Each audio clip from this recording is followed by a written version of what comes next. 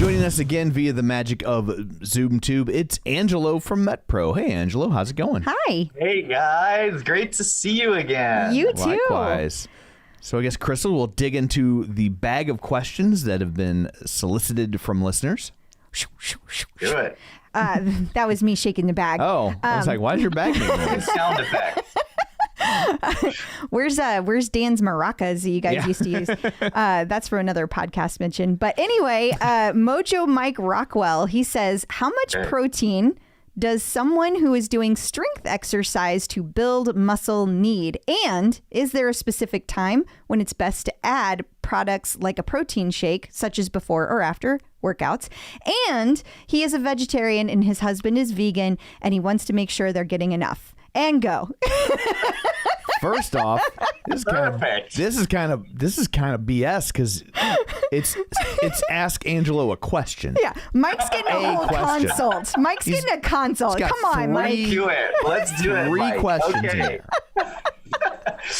So it's actually a great question, and one that in Angelo, some it's a great questions.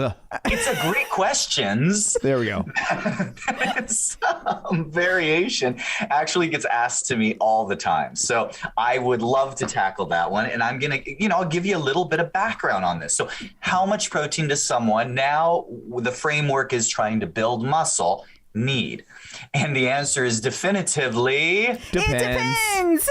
depends. Exactly. So here's what it depends on. So first of all, you're going to get conflicting comments, answers, depending on what media outlets, magazines, material you're reading that recommend how much protein you need.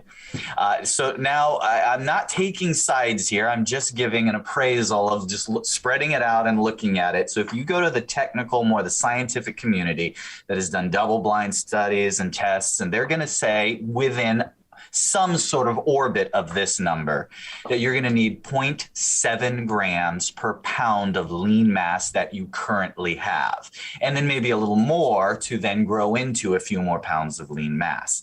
Now I'm going to come back to the big caveat on that and any other number that you have. Now, if you go down to the, bodybuilders magazines and, the sports and the magazine with the picture of the 300-pound behemoth on the front flexing, you could get any number of responses. And it could range from similar, but there you could get up to, you actually want to have about 1.5, even 2 grams per pound of mass, total body weight. Why the discrepancy? So now this is the disclaimer where I'm going to give my opinion. When you ask them, they're going to say, well, serious lifters, that's just for serious lifters. So I'm going to decode that. If you're taking enhancement substances, you can utilize more protein. And a lot of serious lifters, that's what they're reasoning. They're thinking, well, if that's what in that industry, for the bodybuilding industry, we know that a lot, not all, but a lot in the bodybuilding industry use substances that aid them in anabolism. They can actually utilize more protein.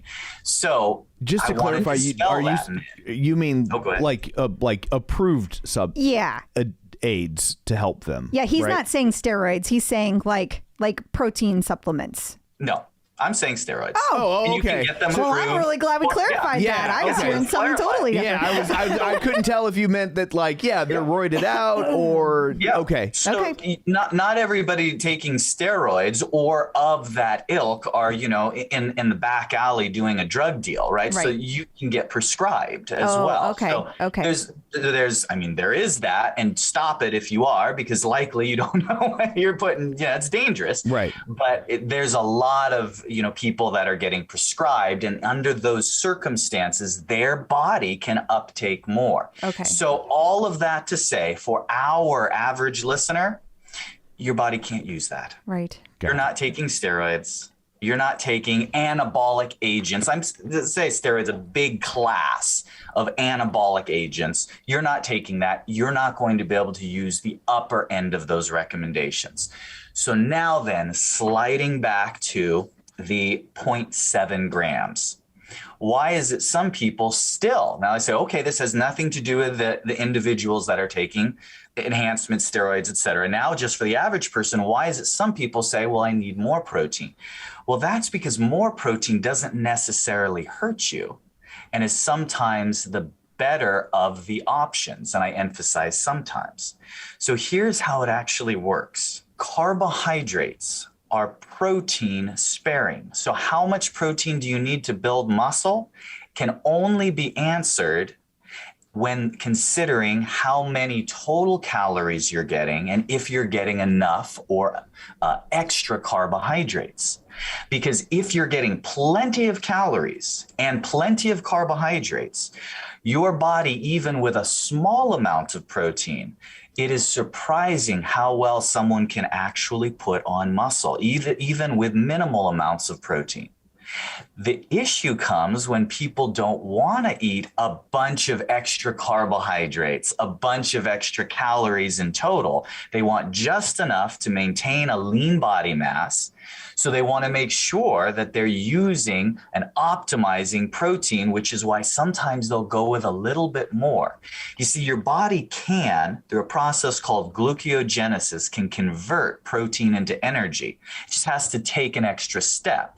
With carbohydrates, it doesn't have to take as many steps. It's a more readily available fuel source. But when pressed, your body can take that extra step and switch over to using, essentially converting protein into usable energy. So some people will reason, I'm going to give myself a little extra protein so that way if some gets chewed up, then I still have enough left over to build lean mass. But now I'm going to tell you the down and dirty, the answer for you, Mike. The answer for you is if you are trying to gain weight, make sure you're getting a reasonable amount of protein, but what you really want to increase is total calories and increase your carbohydrates. That's going to be the number one way for you to add muscle. Make sure that your protein isn't low, but usually when people are asking me that question, they're trying to figure out, do I need to be between 0.7 grams or 2 grams per pound of body fat? So make sure you're at least getting a good start is that 0.7, which is, where kind of the research is indicating, and then decide if you need to go up from there. If you're already at that 0.7 and your goal is not to lose weight, you want to gain more weight, I would add carbohydrates and calories first. Once you've already added more carbs and calories, if you want to go back and add in a little more protein in addition to that, that's just fine. The reason there's so much confusion is because most people are trying to determine how much protein I need in the framework of weight loss. Now your protein needs are actually higher per pound, because you don't have any leftover resources for energy. So you really need to make sure your protein is adequate so that way you don't start breaking down your own muscle to have the raw materials needed for energy. And the vegetarian question, Mike, has no bearing on it. You still need to either you're not getting enough protein or you are getting enough protein. The question for you is sourcing that protein. And I'm sure you're acquainted with lots of great vegan or vegetarian or plant-based options to get protein. You'll want to make sure those same rules apply. For my plant-based dieters, I'm a big fan of vegan protein powders. There's some great, in fact, that's what I take. I use a vegan protein powder in the mornings. Sub question. Do all vegan protein powders have carbs in them?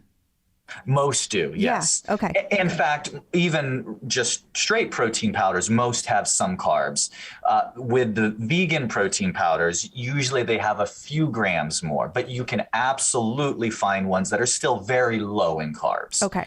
So if you're getting, 30 grams of protein and you're getting 6 grams of 7 grams, 8 grams of carbs, that's a pretty good ratio if your intent is to get mostly protein. That's still acceptable.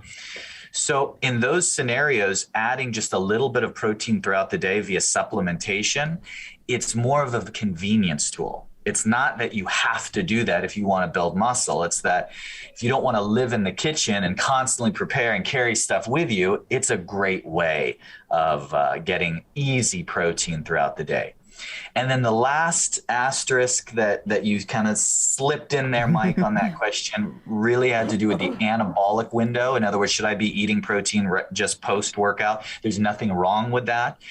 Basically, the scientists and the researchers have essentially disproven the anabolic window. So unless you're talking about coming off of a fasting state, then in most cases, it is not as critical as we once thought that you get that protein in immediately within a half hour or 45 minutes of working out. Is what's more important is that your totals spread out throughout the day meet what your body needs.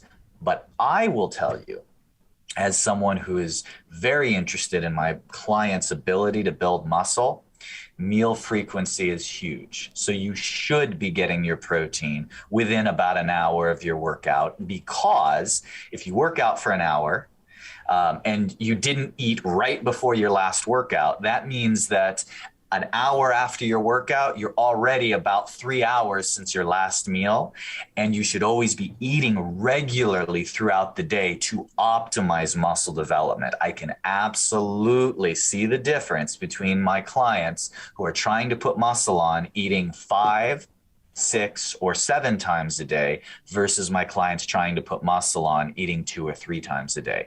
So by virtue of a meal coming around the horn, yes, get the protein in. Awesome. Well, thank you so much for all that. It was very informative. It was. And congrats, Mike. You got a whole consult. I know. So if people would like information like this tailored for their fitness goals, where can they find you? MetPro.co/TCO. Awesome. Thank you. Past guest update.